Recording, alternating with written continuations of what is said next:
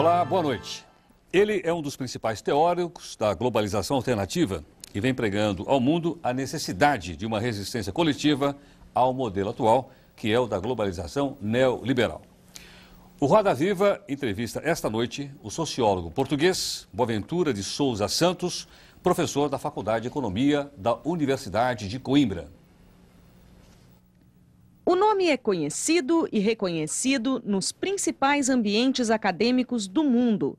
Boaventura de Sousa Santos, especializado em Sociologia do Direito, é um dos mais respeitados sociólogos de Portugal e foi uma das personalidades estrangeiras que mais atraíram atenção no Fórum Social Mundial de Porto Alegre de 2002. Aos 61 anos de idade, ele é a encarnação do movimento de resistência à globalização neoliberal.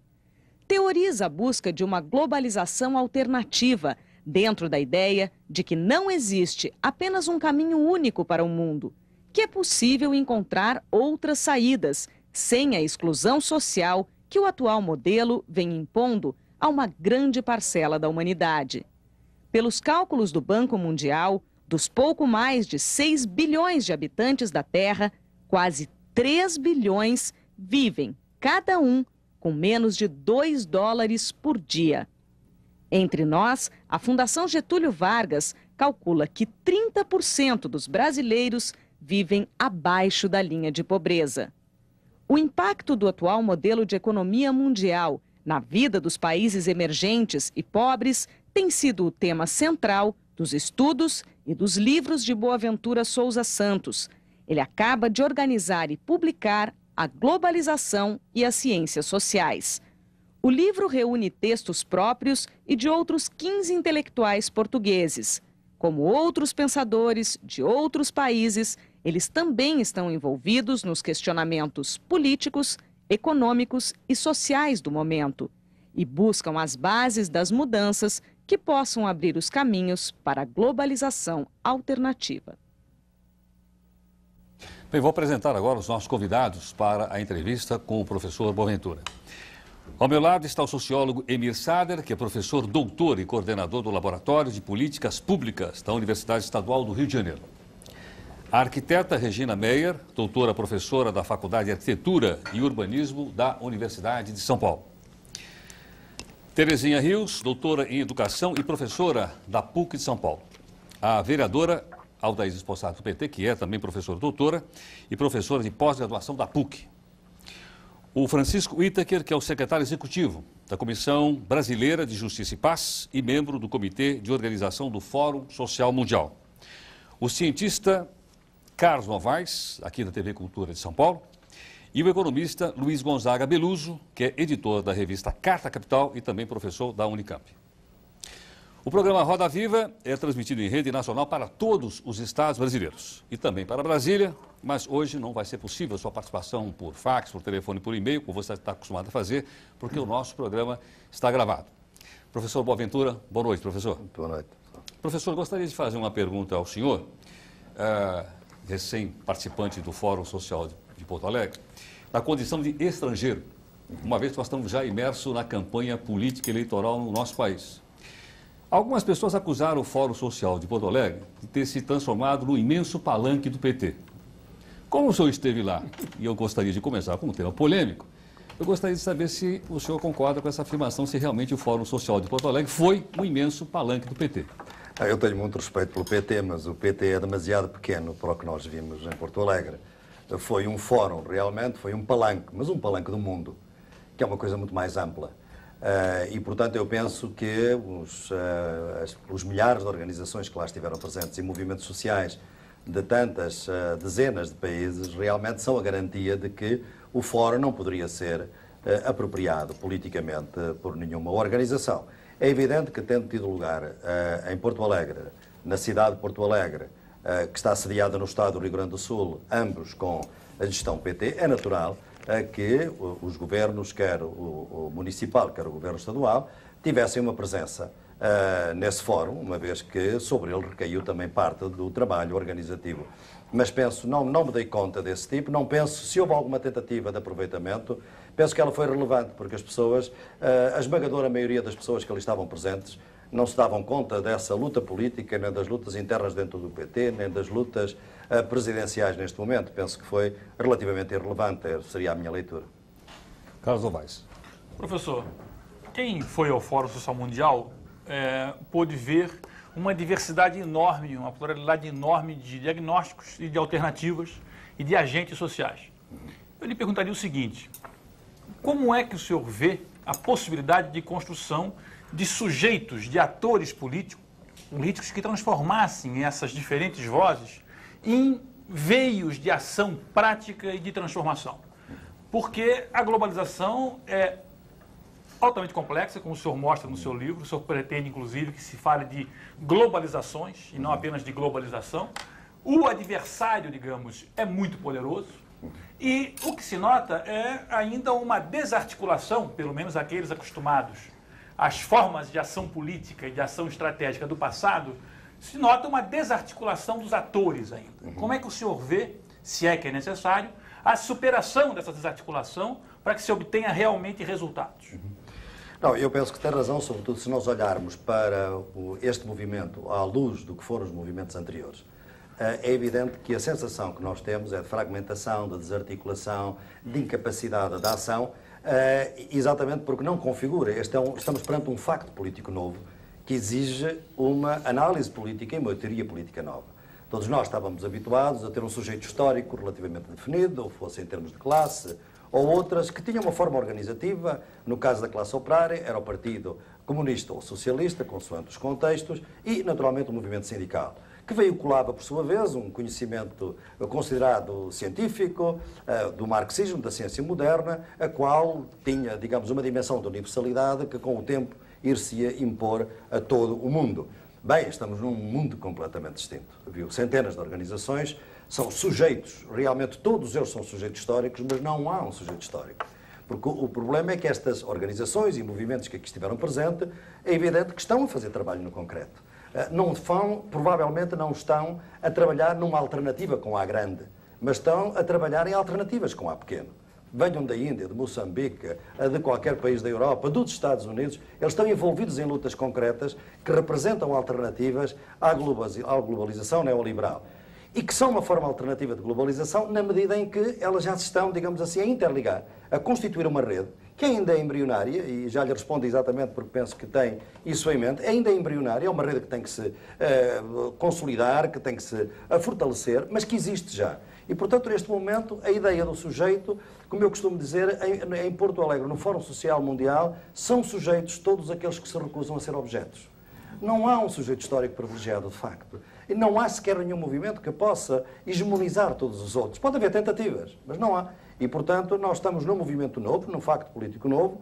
Penso que, efetivamente, não tem ainda a eficácia, não tem, se calhar, a força. E até é bom que tenhamos consciência de que não temos a força que aqueles dias exaltantes de Porto Alegre fazem crer. É evidente que há muito trabalho a fazer, há um trabalho de rede, há um trabalho de organização, mas que, se notar do ano passado para este ano, já notamos um avanço extraordinário. E depois, se quiser, podemos detalhar em que termos é que eu vejo esse avanço. Professor Emissar. Professor Boaventura, considero que o senhor representa de maneira mais expressiva o espírito de Porto Alegre, esse espaço de criação de alternativas. Depois de ter terminado o fórum passado, o presidente da República do Brasil disse que a alternativa Davos-Porto Alegre é falsa, ou não dá conta das coisas. Eu queria que o senhor expressasse em que medida essa polarização entre o Fórum Econômico, que continua a ter o nome de Davos, Fórum Social, que continua a ter o nome de Porto Alegre, estão contra as grandes alternativas do mundo hoje. Bem, com todo o respeito que tenho pelo presidente Fernando Henrique Cardoso, eu acho que ele se equivocou. Eu acho que há realmente uma alternativa. Eu acho que essa alternativa é hoje muito mais credível do que era o ano passado. E temos uma série de sinais disso mesmo. Veja em que medida é que, e quanto tempo se ocupou em Davos e agora Nova Iorque, a falar de Porto Alegre. Ou seja, de alguma maneira, nós contribuímos para uma mudança da agenda, da própria discussão, daqueles que estavam do outro lado, digamos, do muro, quando tudo se começou com as demonstrações anti-globalização. Por outro lado, nós assistimos a vários ministros, membros de governos, etc., que optaram ou por vir aqui, ou alguns até pretenderam ir a Nova Iorque e vir aqui. É evidente, não como prolongamento, porque se fosse prolongamento ou que se não houvesse aqui uma clivagem, eles não iriam fazer, não iriam dar-se ao trabalho de vir aqui. Portanto, eu penso que hoje está consolidado no mundo, e isso é o grande fator político que o Fórum constitui, está consolidada a ideia de que há uma globalização alternativa, a da solidariedade, e que vamos passar por um período de confrontação que vai ter, naturalmente, diferentes nuances, que vai ter diferentes meios nos diferentes países, que vai ser lutada a nível global, local e também nacional, mas que ela está a ser consolidada no sentido de que, como aconteceu historicamente, é evidente que os enfrentamentos e as confrontações podem vir a dar origem a diálogos quando houver realmente essas condições. Agora, as alternativas estão constituídas, o mundo já as viu, e, portanto, penso que nesse sentido não há dúvida nenhuma que nós hoje temos duas globalizações que se enfrentam, que disputam, digamos assim, até a atenção dos meios de comunicação mundial, e, de alguma maneira, parece que o tempo corre a favor do Fórum Social Mundial, na medida em que os problemas que nós identificamos, e que identificamos já há bastante tempo, e que o Fórum foi dando voz ao longo dos tempos, esses problemas adensaram-se extraordinariamente nos últimos tempos. A questão da fome, da miséria, da desigualdade social, da destruição do meio ambiente, de tal maneira que os arautos da globalização neoliberal, podíamos dizer que perderam um pouco a confiança epistemológica, quer dizer, continuam a dominar o mundo, mas já não têm a confiança que tinham, e por isso, naturalmente, estão curiosos, querem saber o que afinal estas pessoas pensam, porque isto não é folclore, foi um debate sério, um debate vivo, um debate com razões, e eu penso que realmente as alternativas estão hoje mais consolidadas do que estavam anteriormente. Vereadora Aldair Sposati. Bem, professor Boaventura, eu queria perseguir um pouco a linha de reflexão que o Novaes trouxe aqui, que acho que para mim marcou muito neste Fórum Social exatamente esta presença de múltiplos atores. Eu acho que muito mais que o fórum anterior, que eu tive também, esta complexidade de múltiplos atores. E numa das mesas em que estive acompanhando os debates, por exemplo, houve um certo grau de censura, digamos, a um novo ator empresarial, não é? Que, ao assumir a responsabilidade social, atua de um outro modo em relação ao mercado. Então, parecendo um processo também seletivo nesta sociedade de solidariedade. Mas eu levanto essas questões até para lhe ouvir um pouco, e ouvir um pouco assim, nessa complexidade, o novo papel do Estado, não é? Ao se colocar neste conjunto de atores, digamos, o grau de presença, partilha que o Estado deve ter nessa sociedade complexa e nessa rede complexa. Pois, é evidente que a primeira questão, no que respeita àquilo que se chama hoje empresariado socialmente responsável, e que tem no Brasil, aliás, uma dimensão bastante interessante. Aliás, um dos promotores e organizadores do Fórum tem sido uma figura de proa nesse movimento. Aliás, na altura, ainda agora em Porto Alegre, me convidaram para um encontro que vão ter, salvo erro, em maio, aqui em São Paulo. Bem, o que eu lhe diria é o seguinte, é um problema extremamente complexo. Nós temos feito alguns estudos, e até num outro projeto sobre a reinvenção da emancipação social, em que estou a trabalhar, e em que, aliás, colaborou também aqui o professor Ameaçada, nós estamos a analisar estas formas alternativas de responsabilidade social que representam realmente um novo padrão de regulação social e das políticas sociais. E analisámos, aliás, uma colega nossa, da Universidade aqui da USP, uma querida amiga, Maria Célia Paoli, que fez um estudo exatamente sobre o empresariado e a questão da responsabilidade social, com muita entrevista, com muitos dados. Bem, a imagem que emerge é uma imagem extremamente complexa, ou seja, não podemos realmente generalizar com grande facilidade. Porquê? Bem, primeiro porque detectamos que todas estas atividades de responsabilidade social estão muitas vezes no balanço das empresas no item de marketing ou de relações públicas, o que significa que as empresas buscam transformar a sua imagem, não buscam outra coisa. Não estamos a falar a generalizar, estamos a falar de alguns casos. Por outro lado, alguns dos empresários socialmente responsáveis são também aqueles que mais, enfim, com mais veemência, talvez, criticam as políticas públicas do Estado e são adeptos da privatização. E, portanto, de alguma maneira, parecem eles próprios coniventes com a ideia do desmantelamento dos direitos sociais e económicos, na base dos quais sempre estiveram as políticas públicas.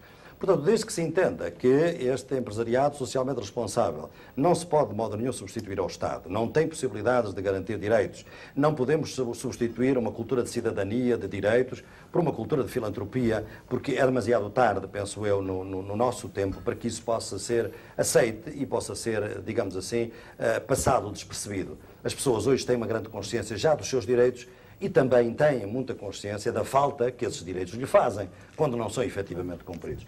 Portanto, eu penso que esse movimento é um movimento que deve ser analisado, é como os movimentos das organizações não governamentais. Também hoje não podemos passar um cheque em branco às organizações não governamentais. Eu tive a ocasião, aliás, de dizer isso mesmo no painel sobre a democracia participativa. Portanto, há que analisar, há que estudar, porque há realmente empresas que estão decididamente a transformar-se em novos atores, na medida em que chegaram à conclusão que o mercado ou é democratizado. Eu penso que a melhor maneira de democratizar o mercado é reduzi-lo em grande medida a áreas para onde ele não foi pensado, digamos assim, na área das políticas sociais neste momento. E daí que manifesto contra a privatização. Agora penso que estes novos atores vão criar nova complexidade. E nós temos hoje complexidade na regulação do Estado. Eu penso que é ilusório pensar que o Estado deixou de ser um ator importante. Ele não tem hoje o monopólio da regulação social, mas detém o monopólio daquilo que eu chamo a meta-regulação social. Ou seja, ele tem que regular os reguladores. Porque se não for o Estado a regular os reguladores, naturalmente com conselhos, com a participação de cidadania, que tem que ser cada vez mais intensa, é evidente que se essa regulação não tiver lugar, aqueles que hoje estão à frente da prestação de serviços públicos podem pôr a lógica do lucro acima de todas as outras e, nesse caso, naturalmente, os direitos sociais, económicos e até os mais básicos estarão em risco. Portanto, eu penso que estamos para um movimento mais complexo em que o Estado, de facto, vai ser muito mais contraditório. E talvez por isso também é um campo de análise, de estudo e também de intervenção muito importante. Professor Beluso. Professor Boaventura, vamos continuar no tema do Estado, né? Porque eu acho que ele é central, digamos, para a compreensão exatamente das correntes de complexidade que movem hoje o mundo moderno, né, o seu enfraquecimento ou a sua força. Né? No caso, por exemplo, americano, está claro que o Estado foi um ator importante na globalização, no período recente de globalização, sobretudo apoiando as suas empresas e, na verdade, aceitando a exposição, a explicitação de relações incestuosas entre o poder privado e o público, no caso americano. Né? O jornalista William Pfaff, que é americano, disse que nos Estados Unidos nós estamos diante de uma plutocracia. Né? Essa nova instrumentalização do Estado pelo mercado, não é? Que é um dos fenômenos mais marcantes, eu diria, do processo atual, e que eu também entendo que tem a ver com a sua expressão feliz, que é do fascismo societal, não é? E, ademais, na perda de percepção dos agentes individuais a respeito do que lhes acontece, né? E dos processos sociais e políticos que os submetem. Né? Isso coloca para nós outros, que supostamente somos observadores críticos, né? Sem nenhuma pretensão da globalização, a questão das relações que nós propomos entre Estado, sociedade e economia.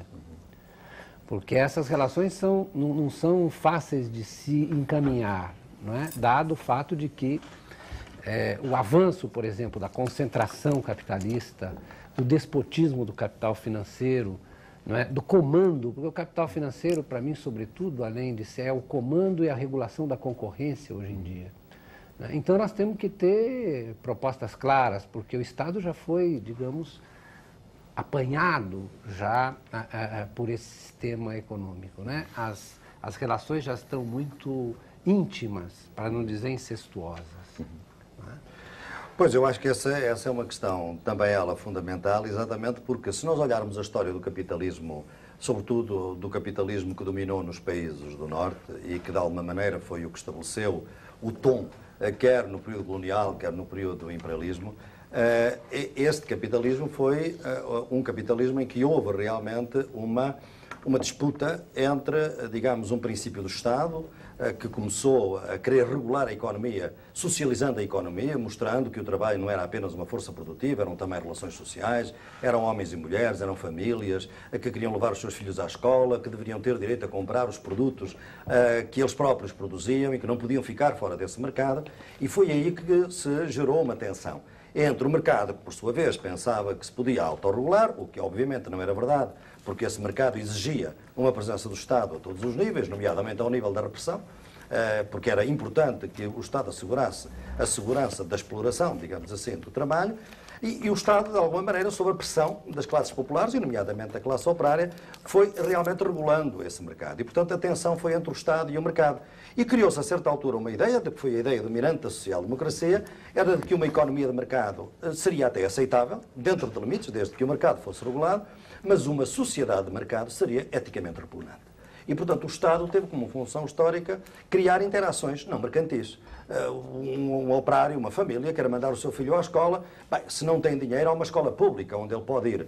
Se estivesse sujeito à interação mercantil, não tendo dinheiro, não podia mandar o filho à escola. O operário ou a sua mulher está doente, não tem dinheiro. Se houver um sistema público de saúde, naturalmente, que poderá curar-se. Se não houver e ele não tiver dinheiro, não pode de modo nenhum e morre. E era a situação que ocorria, de facto, no século XIX. De maneira que o Estado foi criando estas interações não mercantis e foi assim que se criou o tal modelo social-democrático. É evidente que na origem deste modelo, a ideia de que seria uma via possível para o socialismo, não foi, mas foi uma forma de tornar o capitalismo e a democracia de alguma maneira compatíveis, não? Nós estamos neste momento numa situação totalmente outra, é que oposta de alguma maneira, o mercado de alguma maneira agora canibalizou o Estado, em vez de ser o Estado a regular o mercado, parece o mercado a regular o Estado. Foi assim que se chamou de desregulamentação, que não foi nenhuma desregulamentação, foi uma re-regulamentação, foi uma regulamentação diferente, e a prova é que nós passamos de um estado de bem-estar para os cidadãos para um estado de bem-estar para as empresas. Nunca houve tanto subsídio a fundo perdido, nunca houve tanto incentivo, nunca houve tanto apoio a empresas quando estão em situação, digamos assim, de insegurança, que era exatamente o que o estado de bem-estar tinha feito para os cidadãos. Portanto, este é um modelo novo. E é um modelo realmente que tem que ser analisado por todos nós e criticamente, e é por isso que eu digo que seria um erro enorme para as forças progressistas pensarem que o Estado deixou de ser importante. E é o grande equívoco desse livro do Império, que realmente é o grande equívoco, exatamente por isso, porque seria um equívoco pensar que o Estado não é importante, porque ele, até inclusivamente, ele é importante, sobretudo porque é ele que decide da sua não importância. E, portanto, é importante que a gente o tome em conta nessa medida.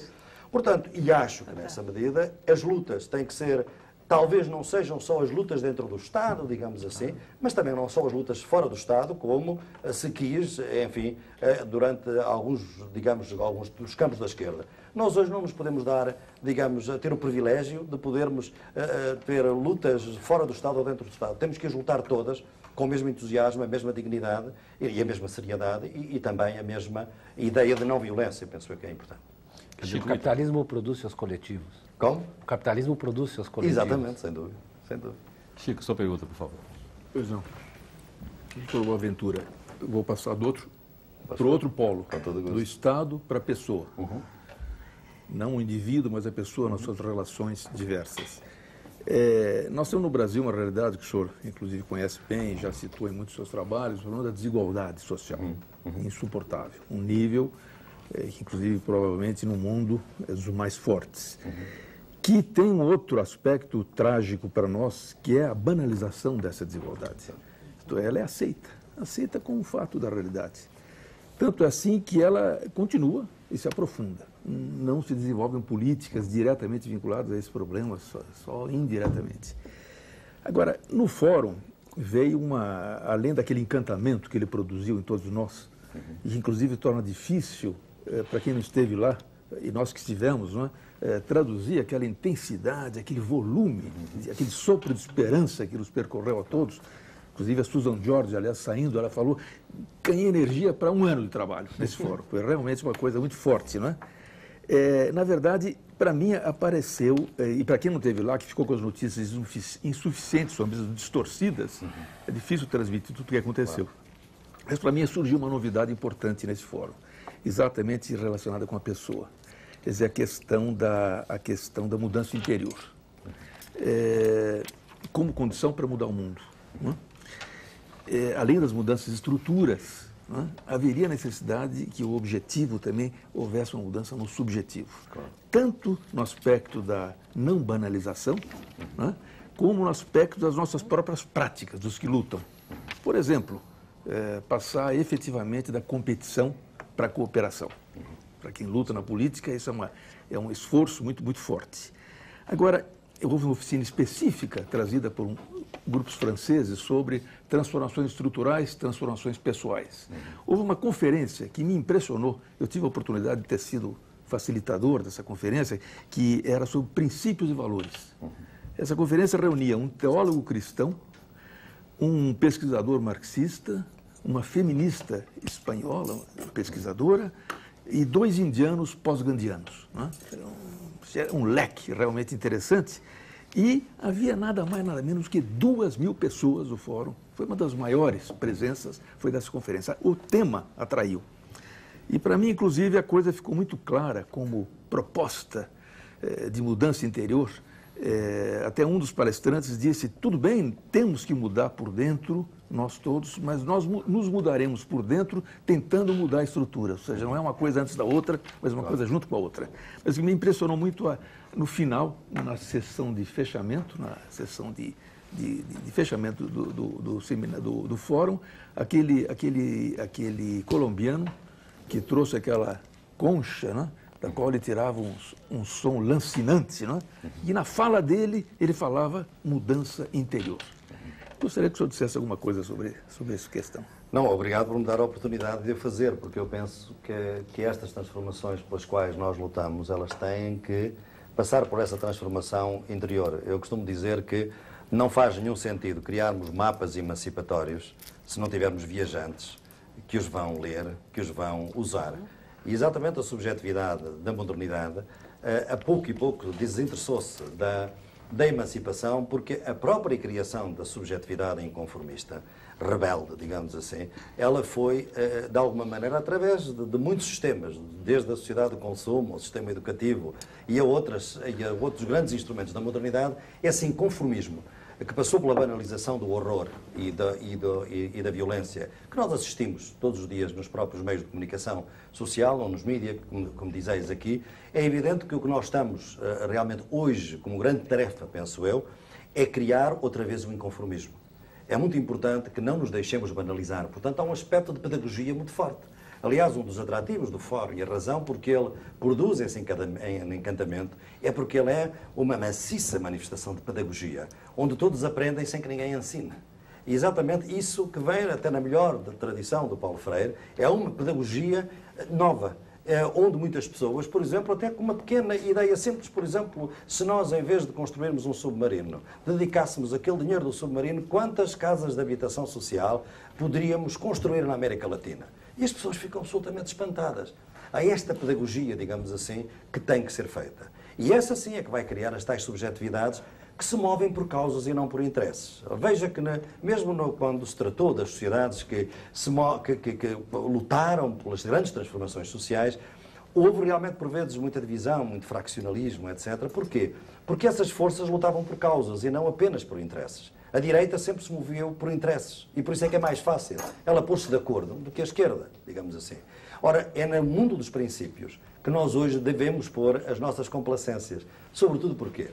Porque os princípios não têm fim. Ou seja, são princípios que nós, durante muito tempo, na modernidade ocidental, pensámos que eram estes os únicos que existiam. E esses eram os únicos valores. E, de facto, equivocámos-nos completamente. Com base nesses princípios universais, muita gente foi liquidada, muitos dos povos indígenas foram liquidados. Ora, hoje há, por um lado, um apelo a esses princípios, que são, no fundo, aqueles que podem mover, a partir de dentro, as pessoas. Porque tem que haver uma relação, eu tenho discutido isso muito com militantes e com o meu próprio trabalho nos direitos humanos. É que não basta ter uma teoria de direitos humanos, ela tem que ser uma relação que começa aqui dentro do nosso corpo, para que a pessoa possa sujeitar-se aos riscos que normalmente essas lutas envolvem. Eu terminei recentemente um projeto na Colômbia e durante 4 anos estive a fazer esse projeto, pois entre 5 e 10 foram, porque não sabemos todos os casos, dos meus melhores amigos foram assassinados lutadores, ativistas dos direitos humanos. Portanto, a subjetividade tem que ser mudada a partir de dentro. Mas como é que se cria essa subjetividade? Não pode ser à imagem e semelhança do Ocidente. Porque, veja, porque nós, a ideia de pessoa, mesmo a Igreja, muitas vezes deixou que a pessoa fosse absorvida e canibalizada pela ideia do individualismo. Não pode ser. E então a grande lição dos gandhianos, a grande lição das culturas orientais, é exatamente que a pessoa tem não só direitos, mas também deveres. Ela está em harmonia ou em desarmonia, não apenas consigo, mas com os seus antepassados, com a sua família, com o cosmos. E é essa visão que nos pode dar, digamos assim, um outro interesse ao mundo, porque só quando o que acontece no mundo, essa desigualdade social que falava, for algo que nos diz respeito, porque nós somos também vítimas dessa desigualdade e não podemos ser parasitas dela, só nesse momento é que nós podemos ter essa transformação. Daí que tem toda a razão, e nós temos que encontrar formas de pedagogia onde se treinem as subjetividades rebeldes, as subjetividades inconformistas. No fórum é uma delas, muitas outras terão que ser criadas. Professor Boaventura, professor, o senhor usou um termo. Como? O senhor usou um termo na resposta ao Chico Whittaker, foi direita. Aqui no Brasil a imprensa tem batido muito nessa expressão, dizendo não há mais direita e não há mais esquerda. E eu ouço muitos liberais e os sociais-democratas dizendo isso, não há esquerda e não há mais direita. Há ou não há esquerda e direita? Claro que há. Claro que há. Claro que há, mais do que nunca. O que elas estão era definir. Ou seja, eu penso que no modelo de sociedade em que a gente vive, desde que ela se constituiu historicamente, não houve nenhuma mudança estrutural que fizesse com que essa esquerda e essa direita deixassem de existir. Como sabe, a esquerda e a direita constituíram-se, aliás, a sua disposição foi no próprio Parlamento, depois da Revolução, os lugares que ocupavam dentro do Parlamento, e a ideia era fundamental, era de saber se efetivamente havia forças que estavam do lado, digamos, do status quo, que ainda existia, porque os processos revolucionários transformaram, aliás, muito pouco, como, aliás, por vezes sucede, e aqueles que, ao contrário, tinham uma ideia de transformação. Eles próprios totalmente divididos, porque havia aqueles que entendiam que teria que haver uma transformação muito mais forte do que aquela de que outros pretendiam. E aí criámos dois tipos podiam, na altura, o seu nome, digamos assim, aqueles que eram a favor mais do status quo, ou foram os conservadores, e mais tarde nós começámos a chamar-lhe de direita. Por outro lado, aqueles que eram adeptos das transformações, que transformações eram concessões que se deviam fazer às classes populares, as tais que estavam excluídas, que não votavam, que não tinham nenhum tipo de política social. Essas concessões podiam ser maiores ou menores. E então, se eram menores, eles foram chamados os demoliberais. Se eram maiores, eram os demossocialistas. Mas todos eram a favor dessas concessões. Naturalmente que havia uma esquerda, digamos assim, extraparlamentar, aquela que não acreditava de modo nenhum no jogo parlamentar como um jogo suscetível de poder levar a uma transformação na sociedade. Bem, neste momento, essas divisões continuam exatamente. Aliás, um dos grandes equívocos do neoliberalismo é intitular-se neoliberal, porque ele não é realmente liberal, nem é neoliberal em relação ao liberalismo clássico. Ele é uma outra versão do conservadorismo. Porque o conservadorismo era exatamente hostil às concessões. Só que o conservadorismo do século XIX tinha dois grandes princípios. Por um lado, era hostil às concessões. Por outro lado, defendia a soberania nacional. A ideia da nacionalidade, do nacionalismo, era muito forte. Bem, o neoliberalismo o que faz é transformar estas duas bandeiras numa só. E, portanto, continua a ser bastante hostil às concessões, mas, por outro lado, abandonou, digamos assim, a ideia da soberania, porque, entretanto, a economia globalizou-se muito mais do que já na altura estava, embora na altura ela também já fosse uma economia global, e, portanto, a bandeira da nacionalidade passou a ser usada mais seletivamente. É usada, aliás, muito mais do que o que se pensa. Agora, essa diferença entre aqueles que estão do lado dos excluídos e aqueles que estão dos lados dos incluídos, que é, no fundo, afinal, a grande diferença entre esquerda e direita é essa. A nossa sociedade cada vez produz mais excluídos. Já viu que seria estranho que se nós estivéssemos a produzir cada vez mais os processos que justificaram a esquerda e a direita e elas desaparecessem como por encanto.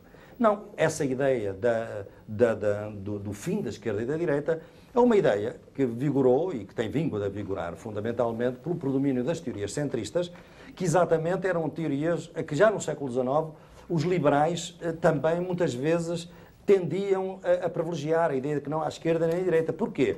Bem, porque eles eram pressionados pela direita, por lado dos conservadores, e eram pressionados a partir da esquerda pelos demos socialistas. Então estavam um bocado no meio, e por isso tendiam a dar a ideia que a sua posição era a melhor, porque nem era de esquerda nem de direita. Mas, obviamente, que ao fazerem esta afirmação, eles estavam a posicionar-se num centro que tinha uma esquerda e que tinha uma direita. E eu penso que nós nunca tivemos tanta necessidade e nunca foi tão visível a clivagem entre a esquerda e a direita como hoje, só que elas hoje já não são lutas nacionais apenas.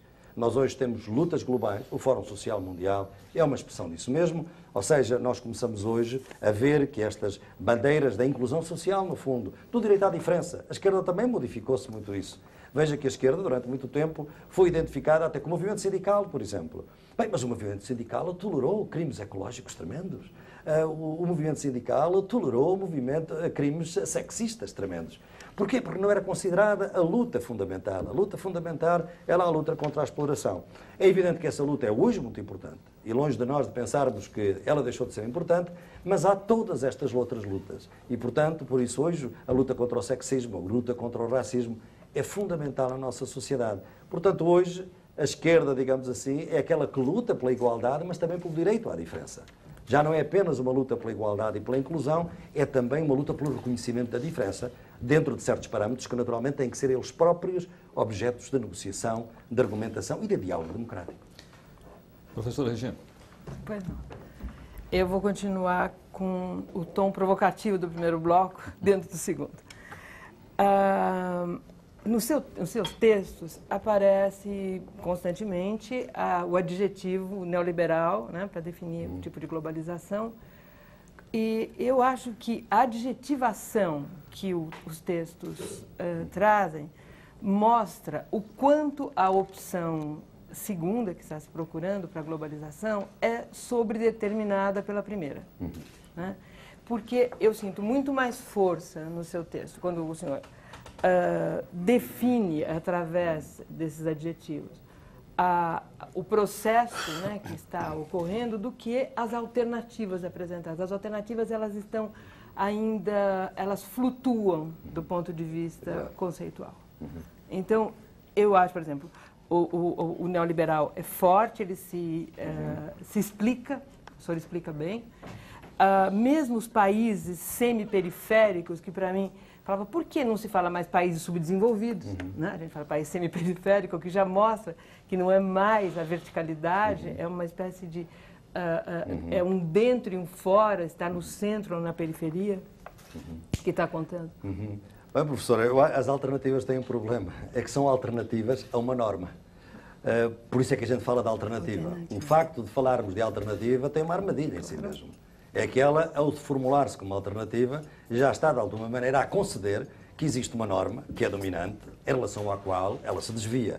E, portanto, nós, no estado em que nos encontramos, de facto, temos que definir como alternativa aquilo que é ainda uma aspiração, exatamente porque estamos num mundo onde não parece haver lugar para ela.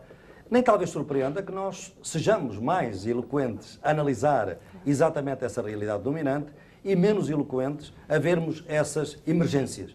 Eu costumo dizer que hoje os sociólogos precisam de uma sociologia da emergência. Ou seja, nós temos que cada vez mais atender aos sinais, aos traços, às pistas, das coisas que são meramente embrionárias. Estas alternativas que nós vimos no fórum e que vemos em muitos outros lugares, que podem ser completamente descredibilizadas. É muito fácil descredibilizá-las. É um pequeno grupo de índios, é um pequeno grupo de mulheres, é um grupo de moradia naquela cidade. Fáceis de descredibilizar. Agora, a verdade é que elas hoje são menos fáceis de descredibilizar do que antes. Claro que o discurso da globalização neoliberal e hegemónica, ele é mais denso na medida em que ela é, de facto, a força instituinte do nosso mundo presente.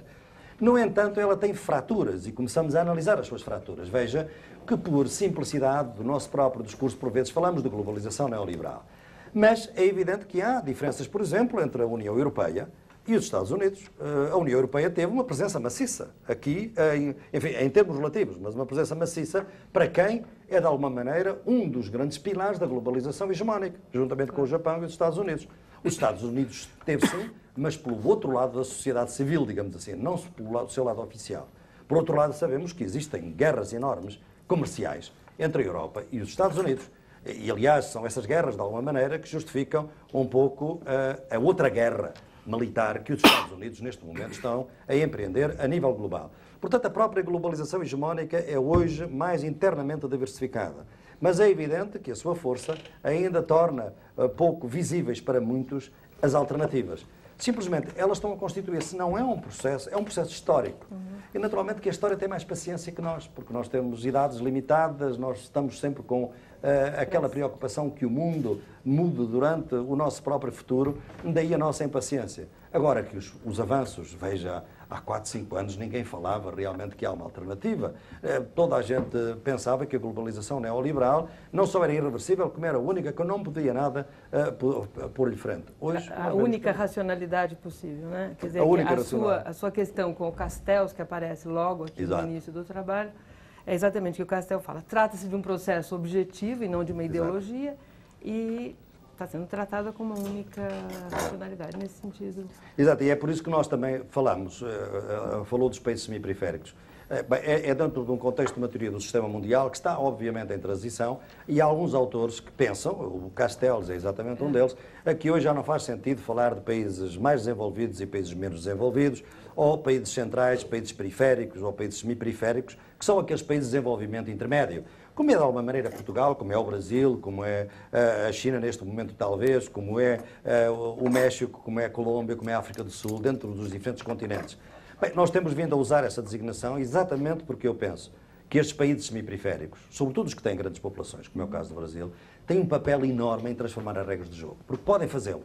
E quando eles tentam, como ainda agora se viu na reunião da Organização Mundial do Comércio em Doha, no Catar, o caso da Índia e o caso do Brasil, foi possível mudar as regras das patentes no que respeita aos retrovirais do HIV e AIDS. Portanto, é essa possibilidade de junção desses países que nos faz sentido falar desses países de desenvolvimento intermédio. Só que eles têm que unir-se.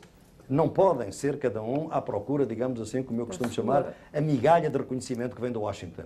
Porque se cada um procurar essa migalha à custa dos outros, então é evidente que nada vai mudar. É uma internacional dos semiperiféricos. Eu acho que, de alguma maneira, eles não têm a consciência da força que têm. Professora Terezinha Rios. Professor, eu quero retomar algo que o senhor colocou a partir da proposta do Chico. O senhor falava num caráter pedagógico das discussões do encontro do fórum. E como sou uma profissional da educação, gostaria de estar puxando um fio aí a partir dessa ideia da pedagogia, não é? Do trabalho da educação, que é um trabalho de socialização de conhecimentos, de valores, etc. E a gente tem uma preocupação com a formação dos profissionais da educação, não é? Para formar sujeitos que possam estar atuando nessa perspectiva da ética. Acho que o miolo aí é o da ética mesmo, é o do voltar-se para si mesmo na perspectiva do reconhecimento do outro. Eu gostaria de ouvi-lo a propósito disso, dessa tarefa que cabe, que é pedagógica de todos nós, nas nossas relações, mas que cabe de uma maneira peculiar à escola e à formação dos professores para esse debate. Pois, claro que é uma questão importante e acho que a educação, se ela se limitar a reduzir a realidade ao que existe, ela vai ser a grande produtora do conformismo. E o grande problema dos sistemas educativos nacionais foi que exatamente reduziram a realidade ao que existe. E nós não podemos fazer isso, precisamente porque hoje há muita realidade que é desperdiçada, muita experiência que é desperdiçada, exatamente porque há realidades que são ativamente produzidas para não existirem, para serem desqualificadas, ou porque são ignorantes. É o conhecimento do camponês ou do curandeiro que não se aprecia porque é um ignorante, ou o conhecimento do indígena, que é um outro conhecimento que não tem nada a ver, ou é o inferior porque é de uma raça ou de uma etnia inferior, ou é o residual porque é o atrasado, ou é o preguiçoso porque não produz segundo a norma capitalista porque está numa economia solidária que não tem os mesmos critérios, digamos assim, da avareza e do lucro. Portanto, a nossa sociedade produz ativamente realidades que desqualifica. E como as desqualifica, não entram no sistema de ensino. Sim. Como não entram no sistema de ensino, a educação, por mais progressista que sejam os seus profissionais, acabam por ser sempre agentes do conformismo. E é exatamente o grande desafio que eu penso que a educação tem, é realmente ver como é que hoje na nossa sociedade a gente produz duas grandes realidades que não existem e que são fundamentais. Uma são aquilo que eu chamo a sociologia das ausências. É esta ausência. A ausência do discriminado, a ausência do inferior, a ausência do residual, a ausência do atrasado, que por vezes falamos de milhões de pessoas. E é preciso trazer essa ausência, digamos assim, torná-la presente. Transformar essa carência, essa ausência numa carência e, portanto, num desejo de preenchimento. Por outro lado, o que não existe como pista, como eu dizia, a tal emergência. Aquilo que é apenas um sinal, que não está credibilizado, que não tem os grandes meios ao seu dispor, mas que, no entanto, é uma semente. É uma semente que está inscrita dentro das subjetividades, dentro das práticas de pequenos grupos, de movimentos sociais, de pequenas organizações, e essa semente tem que ser acarinhada, essa semente deve ser tratada e deve ser desenvolvida. A educação tem esse potencial. Infelizmente, na forma como ela foi institucionalizada, na forma como ela quis criar currícula únicos, na forma como ela se oficializou, de alguma maneira, ao oficializar-se, perdeu realmente essa tensão perante o emergente, perante o novo, perante o inconformismo, que eu penso que acabou por perpassar todo o sistema educativo. Eu penso que nós temos que começar desde a base, desde a educação popular, exatamente de que há boas tradições na América Latina e noutros continentes, para tentar realmente transformarmos o mundo de novo numa comunidade educativa, porque nunca tivemos tantas condições de o fazer. Hoje, com as novas tecnologias de informação e de comunicação, é evidente que isso é hoje muito mais possível de fazer que era há 10 ou 15 anos. Claro, acho que o senhor aponta aí uma perspectiva utópica mesmo, deste ainda não, quando fala no inexistente, não é? Um ainda não que tem uma dimensão de esperança, porque ainda não existe, mas pode ser construído nessa ação educativa. É tão utópica quanto realista. Exato. Obrigada. No seu grande projeto dos últimos anos estava a temática da emancipação, que ao mesmo tempo uma crítica das formas clássicas de emancipação, e a propostas diversificadas, do qual o senhor está publicando os 2 primeiros livros agora. Queria que o senhor falasse, tematizasse um pouco a ideia das novas concepções de emancipação ou emancipações. E também voltasse um pouco a essa ideia de por que elas se encontrariam nos países semi-periféricos num lugar privilegiado.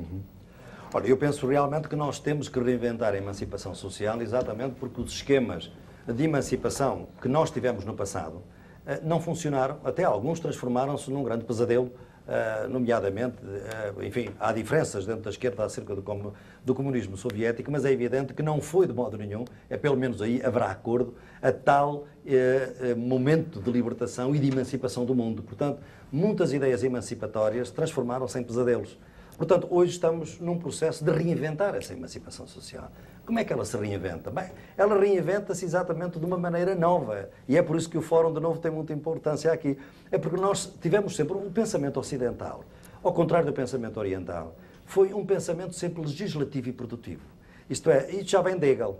Hegel já dizia, bem, enfim, que a história vinha do Oriente para o Ocidente. Portanto, as grandes ideias, os grandes tempos, as grandes densidades filosóficas estavam no Oriente, civilizações muito mais antigas que a nossa ocidental, e que depois delas se foi, naturalmente, constituindo o ocidental. E essa constituiu-se pela capacidade da sua eficácia, da sua produtividade, foi a ciência moderna, talvez muito mais eloquente em relação à sua capacidade de transformar o mundo do que à sua capacidade de entender o mundo. E é por isso que temos hoje as catástrofes ecológicas produzidas por essa ciência moderna, e, por outro lado, um pensamento legislativo, da lei, da coerção, que impôs outra forma de racionalidade que não essa da argumentação e do diálogo. E é exatamente esse pensamento emancipatório que agora tem que ser reinventado.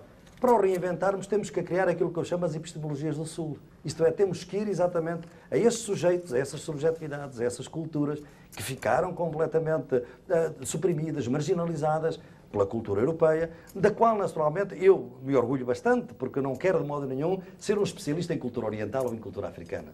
O que eu quero é que a gente tenha um diálogo mais equilibrado nessas formas de emancipação que essas outras culturas tenham. Formas de dignidade humana, não somos só nós. Com a cultura ocidental, com os direitos humanos, o conceito do Uma no Islão é um conceito de dignidade humana, o conceito de Dharma no hinduísmo é um conceito de dignidade humana. Há outros conceitos. Agora, o que é curioso é que essas outras culturas, de facto, nunca tiveram a ideia de uma transformação, nunca tiveram muito a ideia de progresso. E nunca tiveram também aquela ideia de que é o capitalismo agora e o socialismo amanhã, e o socialismo tem um programa completamente definido. Nunca pensaram o mundo assim. O melhor exemplo é o Gandhi. quando ele dizia, não, nós temos a nossa própria versão do futuro da sociedade, respeitamos muito os anarquistas, eu tinha uma predileção pelos anarquistas, os socialistas europeus, mas nós temos outras concepções de desenvolvimento da dignidade humana que eram muito mais, digamos, mais ricas, talvez. E aí é que está a ideia. É que enquanto nós ficámos muito presos numa alternativa com a grande, exatamente eles foram criando alternativas. O projeto que estou a fazer, exatamente, onde está, além de Portugal e do Brasil, a Colômbia, a Índia, Moçambique e a África do Sul, são países de desenvolvimento intermédio onde se tem vindo a desenvolver, dentro de diferentes culturas, alternativas em diferentes áreas, que não são muito visíveis, porque estavam fora do discurso, quer do discurso dominante, quer do discurso dominante da esquerda, digamos assim, e que é aí que eu penso que é o novo caldo do mundo. São as experiências de democracia participativa, são as experiências de economia solidária, são as experiências do multiculturalismo, são as experiências da defesa da biodiversidade, é o novo internacionalismo operário. E esses são os 5 primeiros volumes, são exatamente cada um deles, sobre cada um destes temas, onde nesses 6 países nós estamos a identificar essas diferentes alternativas que estão no terreno, são concretas. Não são utópicas no sentido antigo da palavra. É o orçamento participativo de Porto Alegre, é o planeamento descentralizado de Kerala e do Bengala Ocidental na Índia, são as comunidades de paz de São José da Apartador na Colômbia, são as formas de democracia participativa das townships de Joanesburgo, são todas as formas de cooperativas de economia solidária aqui, onde eu, com o meu querido amigo Paulo Singer, fizemos ligações com as cooperativas dos recicladores de papel em Bogotá, com as mulheres da Ahmedabad, que têm uma grande cooperativa de desempregadas, com as cooperativas de mulheres de Moçambique, do Maputo, que produzem hoje já 60% dos frangos que são consumidos no Maputo. Economia solidária, eficiente, mas que ao mesmo tempo criou um outro estilo de vida para aquelas populações. Não estão a construir o socialismo no sentido de uma grande alternativa. Estão a lutar pela dignidade humana. Estão a tentar ter um mundo mais solidário. E é isso, no fundo, o meu projeto. Desculpe. Não, essa abordagem de novas maneiras de enxergar e novas emancipações, enxergar a emancipação, ela tem um forte acento moral. Para aqueles que foram formados na tradição anterior da esquerda, não é? E que ainda dialogam mais fortemente com ela, esse acento moral às vezes põe problemas e eu vou dar um exemplo para a gente poder discutir. O Chico ainda há pouco mencionava aqui no Brasil o problema da desigualdade social. E esse problema é realmente grave e nós temos 14% da renda aprisionada por 50% da população. Na outra ponta, outros 14% aprisionados por 1%. Então você tem 28% da renda que são aprisionados por 51% e 49% da renda são aprisionados pelos outros. 49% das pessoas aprisionam os outros 72% da renda. Bom, não obstante essa distribuição, a discussão no Brasil é acentuadamente moral com respeito ao problema. Por quê? Porque se inventou essa história de que aqui tem excluídos. Não é? Do meu ponto de vista, isso é uma capitulação. Porque excluído não tem no Brasil. O que tem no Brasil é... Porque falar de exclusão no Brasil é fazer uma concessão. Porque é dizer que tem um Brasil que funciona, para dentro do qual você tem que botar aqueles que estão fora. Perde-se a radicalidade da crítica. As pessoas não estão excluídas. Elas estão incluídas de uma maneira absolutamente inaceitável. E aí a questão não é moral. Tem que entender por quê, que a despeito de todo o escândalo, você consegue ter 50% da população com apenas 14% da renda. Porque você tem 49% da população que tem 72% da renda.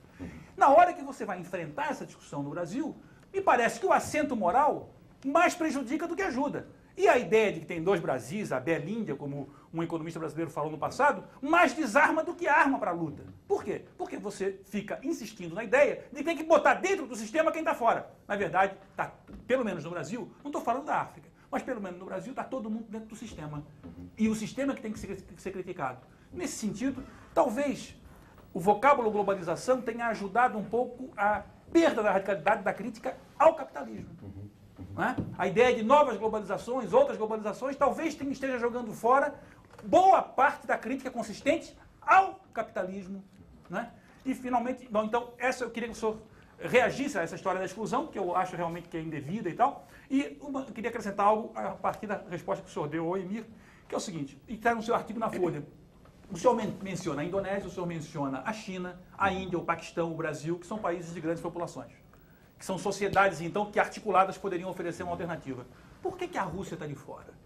A Rússia tem uma população igual à brasileira, com uma população mais escolarizada do que a nossa, tem uma inventividade formal maior do que a nossa, no sentido de que eles sabem mais matemática, sabem mais engenharia, sabem mais economia do que nós, no sentido da população. Por que, então, que a sociedade russa não é mencionada como parte desse esforço? E por que ela aparece tão pouco em articulações como essa do Fórum Social Mundial? São duas questões.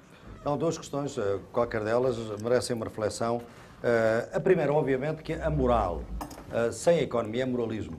E tem toda a razão. É evidente que nós não podemos cair num discurso moralista que, de alguma maneira, nos faça perder de vista quais são as formas de poder que dominam na nossa sociedade. E é evidente que o poder da exploração, por isso é que eu há bocado disse, do trabalho por parte do capital, é uma forma central ainda hoje de poder e ela não é a única, digamos assim, no meu entendimento, mas ela deve ser trazida à colação. Agora, por que razão é que hoje podemos ter um discurso até mais moral e ético, e é importante que o tenhamos? É que a economia já não é o que era também. É que a economia transformou-se numa cultura. A luta desradicalizou-se, porque houve transformações fundamentais na fragmentação do trabalho, porque exatamente o capitalismo global nos últimos 20 anos conseguiu fazer uma coisa espantosa. Foi transformar o trabalho num recurso global, mas sem deixar que se criasse um mercado global de trabalho. Porque se nós tivéssemos um mercado global de trabalho, as lutas sindicais continuam a ter eventualmente a centralidade que agora têm. Mas não, o recurso é global, mas não há mercados realmente globais de trabalho. Eles estão completamente seccionados, mesmo dentro dos diferentes países, com a questão das zonas francas, etc, etc. Portanto, a economia transformou-se numa cultura, transformou-se numa sociedade de consumo, transformou-se na ideologia do consumo. Nós temos hoje, por exemplo, que a Coca-Cola gasta mais dinheiro em publicidade na África, onde a produção efetiva, o consumo de Coca-Cola, é ínfimo comparado com os padrões orientais, ou seja, ocidentais. Ou seja, a ideologia do consumo vai sempre na frente da prática do consumo e é totalmente desproporcionada, portanto, em relação a essa prática. E é por essa ideologia que ela se transformou numa cultura, num valor. E, portanto, nós temos que jogar a questão dos valores exatamente para resgatarmos o que é genuíno nesses valores, nesses princípios que não são apenas interesses mascarados. Agora, tem toda a razão que a própria exclusão social tem que ser reanalisada. O problema é o seguinte, é que nós temos que ver quais são as relações sociais. Eu não sou tão contra a ideia da exclusão social se nós pensarmos que os excluídos é realmente um modo específico através do qual a globalização inclui pela exclusão. Por exemplo, a África nunca foi tão incluída no sistema mundial. Não, por isso eu disse que eu não estava falando da África. Pois, mas há muita gente na nossa sociedade que está na mesma situação. Eles estão incluídos pela forma específica pela qual estão excluídos do consumo, por exemplo. Estão incluídos na ideologia do consumo, mas não estão na prática do consumo. Estão incluídos, inclusivamente, numa ideologia de trabalho, mas não conseguem trabalho. Tem que estar o trabalho informal, um trabalho hoje sem qualquer dignidade, sem quaisquer direitos. Portanto, a nossa sociedade, de facto, o senhor tem razão, realmente desradicalizou as lutas, exatamente porque a economia se transformou num modo de vida e numa cultura. E desarmou, de alguma maneira, muitas das lutas. Daí que eu penso que seja necessário revalorizar a ideia da ética e a ideia da moral sem moralismos. E, portanto, sem pensarmos que as lutas económicas, por exemplo, deixaram de ter valor, como muitos pensam que isso aconteceu. Não. A concentração do poder é uma concentração económica, tem lugar a nível global. O problema é de saber como é que ela se combate. E ela hoje se combate no terreno económico, no terreno cultural, no terreno político, porque ela usa exatamente as mesmas armas. Ela fez do consumidor o indivíduo que quer. Veja como é que é justificado o desmantelamento das políticas do Estado de bem-estar. É porque os indivíduos devem ter direito de escolha, devem ser autónomos, não devem ter sempre o mesmo sistema de saúde, podem escolher os seus médicos. Ou seja, foi pela ideologia da autonomia que realmente venderam o desmantelamento das políticas sociais. Se não estivermos atentos a isso, nós não trazemos a tal subjetividade da pessoa, que não é o indivíduo, é uma pessoa gregária, solidária. E isso é que é realmente novo. A última questão, quanto à questão da Rússia, não. Nos meus trabalhos, aí pode ter sido na Folha de São Paulo, não tenha sido feita menção à Rússia, mas não dentro da teoria, aliás, de que parte, a Rússia foi sempre um país semiperiférico. E, portanto, é um país bastante importante, também se quiser assumir o seu papel. O que acontece é que, neste momento, a Rússia é um país onde o Estado não tem ainda uma consistência. É um país onde as máfias que se constituíram, enfim, nas ruínas do Estado Soviético, continuam a ter um poder imenso. E, por outro lado, há uma Rússia oficial que corre a vertigem de se, digamos, acolher ao mundo desenvolvido, exatamente com aquela caricatura do G8, exatamente para tentar entrar no clube dos ricos, não o sendo, tendo entre recursos naturais que são absolutamente estratégicos e nos quais, é evidente, vão ter uma importância geopolítica muito importante, em termos económicos, neste momento, concretizados, não têm. Mas há uma potencialidade geopolítica muito grande. Aí, realmente, a Rússia também está, neste momento, por vezes, como vejo, por vezes, o Brasil, no sentido de querer uma relação privilegiada com os países centrais e não procurar, ao contrário, unir os tais países de desenvolvimento intermédio, porque esses não estão totalmente de joelhos, têm grandes populações, têm poder de negociação e sempre que pensam negociar, eles até têm, por vezes, êxito. Portanto, simplesmente até agora não conseguiram fazer. Professor Boaventura, mais um esclarecimento. Depois dos atentados de 11 de setembro nos Estados Unidos, a imprensa foi invadida por uma porção de artigos e até mesmo livros escrito o seguinte: o mundo mudou. O senhor falava agora há pouco que a mudança da história não é aquela que nós queremos, né? Que a história tem o seu próprio andar, que faz parte de um processo, de uma transição, como o senhor escreveu agora há pouco. Afinal, o mundo mudou só por causa dos atentados de 11 de setembro, já vinha mudando, ou não mudou exatamente como a imprensa insiste em dizer que mudou? Não, aí há que fazer uma reflexão, porque é evidente que sempre que algo importante ocorre a pessoas importantes, ele vai ter importância no mundo. Porque exatamente as pessoas importantes, neste caso os nova-iorquinos que foram vítimas desse trágico acontecimento, são pessoas que são cidadãos do país mais importante e hegemónico do mundo. É a primeira vez na história que alguma vez houve um ataque, digamos assim, dentro do centro do poder. Nunca Lisboa, no período colonial, recebeu um ataque destes, nunca Londres recebeu um ataque destes, nunca Paris recebeu um ataque destes nos períodos anteriores do colonialismo ou do imperialismo. Portanto, é evidente que tem o seu significado. E mudou exatamente pela maneira como ele foi utilizado. Como é que este acontecimento foi utilizado. E aí eu penso que não houve uma mudança dramática. Aliás, muita gente pensou que, por exemplo, o Fórum Social Mundial talvez nem se devesse realizar porque o contexto internacional lhe era hostil, porque neste momento a questão da segurança, do terrorismo, era muito mais importante que a questão da globalização neoliberal, contra a qual o Fórum tinha a realizar-se. Não se verificou isso. Exatamente porquê? Porque o Fórum teve essa maneira de interpretar produtivamente o novo contexto. Há um novo contexto, mas ele não modificou totalmente. O que aconteceu foi o seguinte, para mim esta é a minha leitura, é que realmente os Estados Unidos têm vindo a ter alguns declínios e algumas debilidades na sua economia, desde a década de 70, e não estão, digamos, a ter condições de aguentar a hegemonia do sistema mundial, como já o fizeram no pós-guerra. E esta situação agudizou-se tremendamente na década de 90. E eu penso que neste momento, não estou a falar dos trágicos acontecimentos, estou a falar no modo como eles foram aproveitados para lançar uma guerra global, potencialmente sem fim, contra um inimigo totalmente difuso. É uma tentativa dos Estados Unidos para compensarem a sua relativa debilidade no domínio económico, quando comparada, por exemplo, com a União Europeia, para compensá-la por uma supremacia, onde eles são inquestionavelmente a supremacia militar e de guerra. E como vê, efetivamente, essa supremacia militar está, de alguma maneira, a fazer recentrar todo o mundo de novo nos Estados Unidos. Para aqueles que pensavam que não havia soberanos e que realmente não havia mais o Estado Nacional, nós temos agora um super-Estado, que aliás é talvez o Estado do sistema capitalista global neste momento, que tem esse caráter de agora ter uma grande dimensão e uma grande face militar e de guerra, que são as duas componentes da globalização neoliberal. É realmente a globalização económica e a guerra e o militarismo, sempre que os mercados não são suficientes para assegurar a hegemonia dos Estados Unidos neste momento como grandes líderes desta forma de globalização. E aí é que o Fórum interpretou bem, criando o Fórum da Paz, por exemplo, trazendo realmente para o Fórum, e foi realmente o único acontecimento político, veja que isto é significativo, o único acontecimento político internacional dos tempos recentes que não se realizou dentro da hegemonia dos Estados Unidos, que se realizou sem diretivas dos Estados Unidos. Isto é em si mesmo significativo. Portanto, eu penso que as coisas mudaram, não mudaram radicalmente, mas naturalmente que mudaram alguma coisa, e nós vamos ver certamente as consequências dessas mudanças nos próximos tempos. Vereadora, por favor. Professor, eu queria voltar um pouco à discussão da desigualdade, mas sob um ângulo que o senhor insiste também em vários dos seus trabalhos, sobre a questão de uma nova retórica. Então, veja, tanto o que falou o Chico Ita, que é da banalização e a retomada da questão da desigualdade, há pouco pelo Novaes, a questão da banalização, ela passa, por exemplo, o programa foi aberto falando da desigualdade, dizendo assim, 30% dos brasileiros estão na linha de pobreza. Veja, começa números, há pouco o Novaes falava, tanto por cento estão nessa ponta, tanto por cento.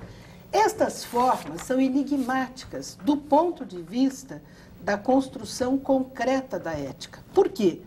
É evidente que, se nós falarmos numa linha de pobreza que já é exatamente miserável, de $2 dia, é evidente que no Brasil não há só 30% que ganham cerca de R$140 por mês, como per capita, certo? É evidente que tem muita gente abaixo disso, num país de R$180 o salário mínimo. Mas eu acho que nós, pesquisadores, analistas, nós usamos de uma retórica que encobre e que não permite a formulação dessa ética. Então, por exemplo, a presença da exclusão, eu acho que ela é indicativa exatamente para a discussão da não exclusão, né? Eu concordo plenamente que na forma brasileira, né, até tem alguns dizem que nunca, não se pode dizer que tem a exclusão porque nunca teve incluído, então não tem nem exclusão porque nunca teve incluído. Mas concordo que uma das formas é essa de estar presente numa condição de apartação, eu acho que esse é o diferencial, numa condição de descartável, de incerteza, acho que esse é realmente o diferencial. Mas estou fazendo essas considerações porque eu acho que, como o seu pensamento é sempre fortemente dialético e põe essa nova retórica, eu acho que essa chamada para o dizer de um novo modo, para construir uma forma ética, acho fundamental. E só uma segunda questão. O seu pensamento também insiste fortemente no confronto entre democracia e dominação. Seu pensamento crítico coloca, e nessas alternativas todas, as experiências da democracia participativa, da democracia direta. Agora, uma provocação. Suas análises têm feito a demonstração do Estado, de uma outra forma de ser do Estado, mas um Estado que reflete o Executivo e sua análise toda da desmontagem do Judiciário e o sistema de justiça. A pergunta é essa: será que o Parlamento, o Legislativo ou a democracia representativa, ela está um tanto vencida como forma neste processo de democratização e nesta nova globalização, esta forma alternativa de globalização, sem nenhum corporativismo, por favor, nenhum corporativismo. Não, é uma provocação que eu acho que é interessante. Dona Alderiza, minha querida amiga, são muitas questões numa só. É evidente que houve um período em que nós usámos os números como uma forma de revolucionar o mundo. Eu ainda vivi bastante tempo na ditadura fascista em Portugal, onde divulgar números era uma coisa extremamente revolucionária. Porquê? Porque eles eram ocultados e, portanto, não estavam ainda banalizados. Eu concordo que é evidente que nós, ao usarmos as estatísticas, muitas vezes entramos numa retórica que abstratiza o mal e que, portanto, de alguma maneira desradicaliza a luta contra ele. Daí que eu procuro, dentro do modelo de análise que procura ser objetivo, mas não neutro, que é sempre a minha grande referência, digamos, metodológica. Eu quero ser objetivo no sentido em que uso as melhores tecnologias da sociologia e das ciências sociais para me permitirem ter acesso à realidade da maneira como eu a penso, que ela é construída, digamos, perante mim, mas não quero ser neutro. Quero saber de que lado estou. E para isso uso termos e procuro, através de análises, criar essa ideia da radicalidade que esses dados por si só me podem não dar. Por que razão é que eu uso a palavra fascismo social? E digo, por exemplo, que nós vivemos hoje em sociedades que são politicamente democráticas e socialmente fascistas. Porque exatamente a democracia que se criou nessa tensão com o capitalismo, porque a democracia na Europa e no Atlântico Norte, quando ela se constitui efetivamente como regime político, ela foi, digamos assim, uma conquista. O Estado liberal não era democrático no início. É uma conquista que, através de políticas redistributivas, que naturalmente, através das quais o Estado cria as tais interações não mercantis. É esse caráter redistributivo que cria uma tensão entre a democracia e o capitalismo, porque é evidente que o capital não queria ser tributado. E era através da tributação, entre outras coisas, que o Estado poderia obter esses meios que depois se transformavam em políticas sociais. Portanto, esta ideia de que há uma redistribuição e essa tensão democrática é que foi fundamental exatamente à democracia. Ora bem, o que eu penso hoje é que, efetivamente, a democracia está a perder a sua virtualidade redistributiva na medida em que as forças conservadoras têm vindo a lutar contra os princípios redistributivos, e é aí que, à medida que o Estado deixa de ter esse papel regulador e não há um papel democrático, digamos, ou supranacional ou outro, o que nós estamos a assistir é que, efetivamente, as relações sociais desiguais, em que há a possibilidade de veto, onde há a possibilidade da tortura, onde há a possibilidade da censura, não ocorrem dentro do espaço público e do Estado. Ocorrem dentro de atores económicos, por exemplo, muito poderosos. E então o fascismo deixou de ser produzido politicamente para ser produzido socialmente. É a sociabilidade que é fascista. E isso é que desradicaliza a luta. Porque como estamos num Estado democrático, não temos que fazer uma luta antifascista, que era uma luta radical, era uma luta onde muita gente morreu e se envolveu exatamente em nome da liberdade. Ora bem, eu quero radicalizar a luta dizendo que as sociedades são hoje politicamente democráticas e socialmente fascistas. E a questão da exclusão social, para mim, é exatamente que eu nunca uso o conceito de sociedade civil senão com adjetivos. É a sociedade civil íntima e a sociedade civil estranha. É a sociedade civil incivil, como eu chamo. Que é esse estado de natureza que em que nós hoje estamos a fazer lançar populações que nunca estiveram em algum contrato social, é o que eu chamo as populações pré-contratuais, ou aquelas que estiveram num contrato social, tiveram trabalho com carteira assinada e agora estão absolutamente informalizadas. E, portanto, não têm a possibilidade. São as populações pós-contratuais. Essas pessoas vivem num Estado democrático, mas vivem numa sociabilidade fascista. E é a mesma polícia, que é muito democrática nas zonas civilizadas de São Paulo, nas zonas realmente que são as zonas de inclusão, é a mesma polícia que pode atuar fascisticamente nas zonas realmente da periferia. Os mesmos polícias treinados nas mesmas academias militares. Portanto, não é um regime político, é um regime social na qual o Estado colabora, mas não é o principal ator. Portanto, eu penso que isso é que nos obriga a levar a questão da radicalidade da democracia a sério. É que a democracia, se é para levar a sério, só pode ser, no nosso contexto, radicalizada. Como é que ela pode ser radicalizada? É realmente transformando em relações de autoridade partilhada as diferentes relações de poder que existem na nossa sociedade. Não é só o poder de dominação do Estado contra o cidadão ou com o cidadão, não. É na família, é na comunidade, é no mercado, é na fábrica. Portanto, a democracia tem que ser realmente uma democracia que vai redemocratizando exatamente todas essas formas de poder. E é por isso que eu digo que se o socialismo hoje tem um nome, ele só pode ser democracia sem fim. Democratizando todas estas relações de poder e não ficar, que foi a grande armadilha do liberalismo, foi expandir a democracia, mas limitando a um espaço público que, aliás, muito estreitamente definido e identificado com o Estado. Isso é que foi a grande armadilha. Portanto, no meu modo de ver, a democracia representativa, ao contrário, é atualmente absolutamente fundamental. Simplesmente ela só é fundamental na medida em continuar a assegurar o papel redistributivo que a democracia já teve. Ora, ela hoje não pode por si só. A democracia representativa hoje, sem uma pressão de uma democracia direta, pode levar às situações de catástrofe que temos na Argentina. Não foi um sistema ditatorial que provocou diretamente o colapso da Argentina.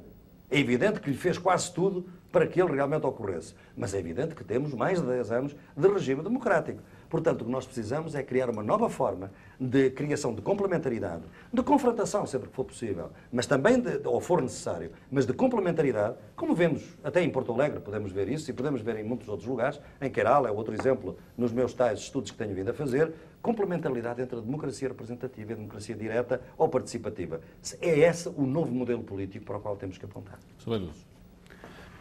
Professor, é muito difícil a gente fazer pergunta quando a gente concorda, né? É mais fácil fazer quando a gente não concorda. Mas eu não concordo com algumas coisas que o senhor falou, sobretudo quando o senhor colocou a questão do neoliberalismo, que ele não é na verdade é um conservadorismo. Agora, há uma questão, porque há um interregno no pós-guerra, em que, de fato, a democracia se expandiu no sentido de que as classes subalternas conquistaram os direitos, né? E os direitos não são apenas, na verdade, retribuições que você obtém do Estado, mas são, na verdade, consolidações de posições sociais. Quer dizer, hoje na França ninguém tem dúvida de que é um direito se aposentar dignamente, ou que é um direito receber um tratamento num hospital gratuitamente do Estado. Né? Não é à toa que em 95 o governo foi derrubado porque tentou invadir essa esfera não mercantil, como o senhor disse muito bem. Mas como nós dois somos de origem do direito, o senhor é... Sem dúvida. Do direito, formação. Eu vejo, na verdade, nesse neoliberalismo, uma diferença em relação ao anterior, que é a violação explícita da regra pelos poderosos, pelo poder disseminado na sociedade. Isto é, os direitos garantidos são substancialmente os direitos de propriedade. O que me espanta, por exemplo, na crise argentina, né, é a ideia daqueles que depositaram os pesos e acharam que tinham dólares. Nós sabemos que, tecnicamente, os dólares não existem. E numa crise monetária como essa, não é, simplesmente o sistema bancário iria à bancarrota se ele fosse responder a essa demanda. Por isso que o governo tem que fazer o corralito. E os demais aposentados que estão fraudados nos seus direitos há tempos que não recebem aposentadoria. Então, é o estado da exceção permanente. Quer dizer, a ideia de que o capitalismo não tem mais regras. E ele não respeita sequer as regras que ele coloca. Assim é a questão da hegemonia americana. A partir de 73, digamos, quando, do ponto de vista econômico, o senhor falou, do ponto de vista militar, perfeito, mas do ponto de vista econômico também, hoje o padrão dólar é uma imposição de poder.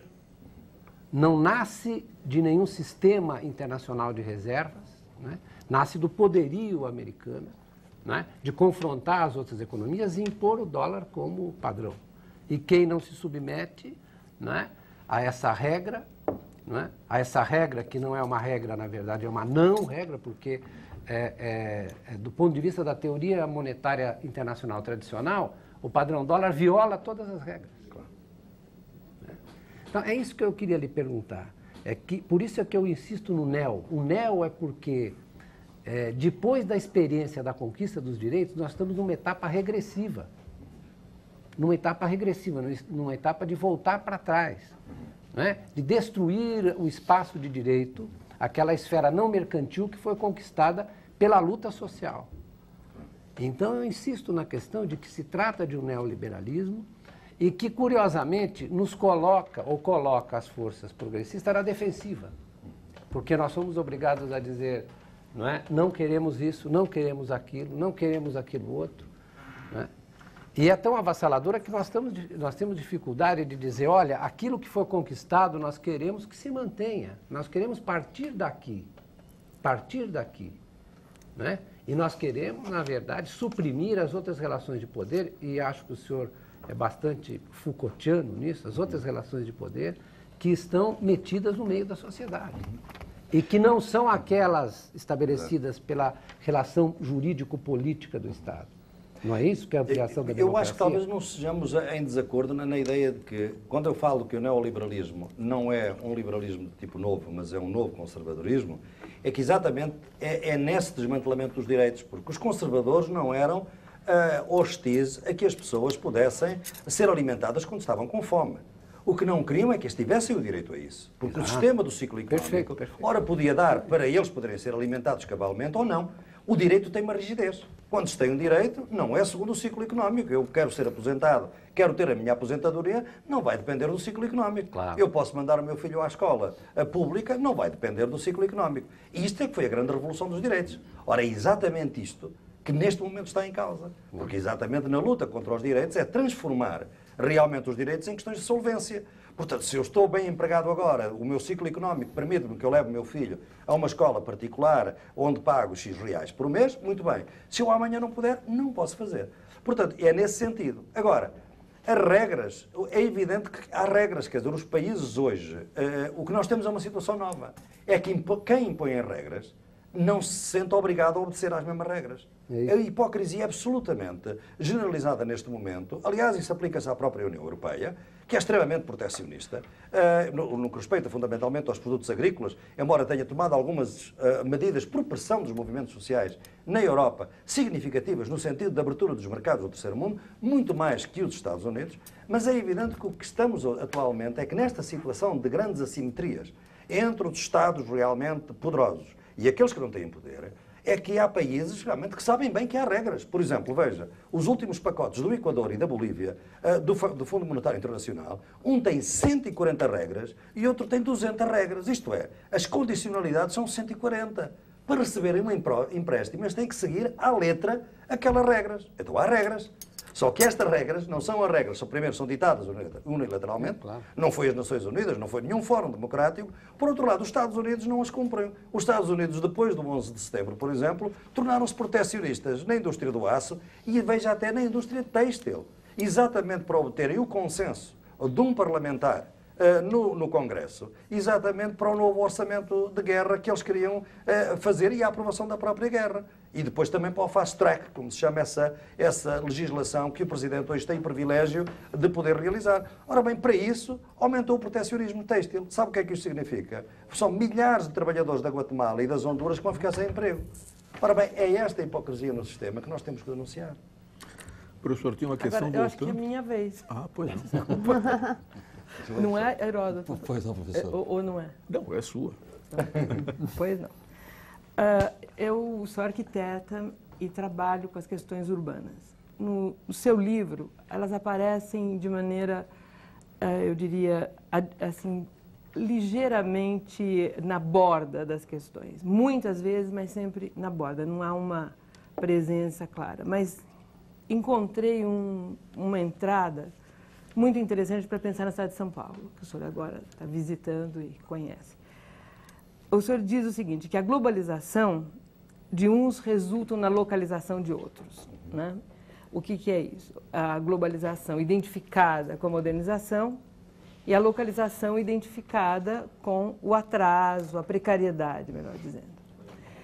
Numa cidade como Lisboa, o senhor cita Lisboa, ela viveu o processo de globalização simultaneamente à entrada do mercado comum europeu no cenário português.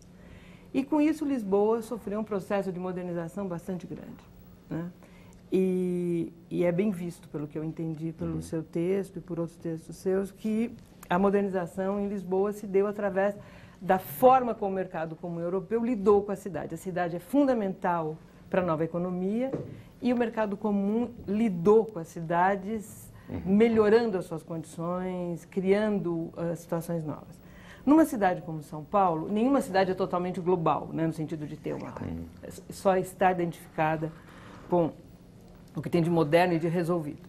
Então, numa cidade como São Paulo, o local e o global estão claramente definidos espacialmente, né? Onde existe modernização e onde existe precariedade.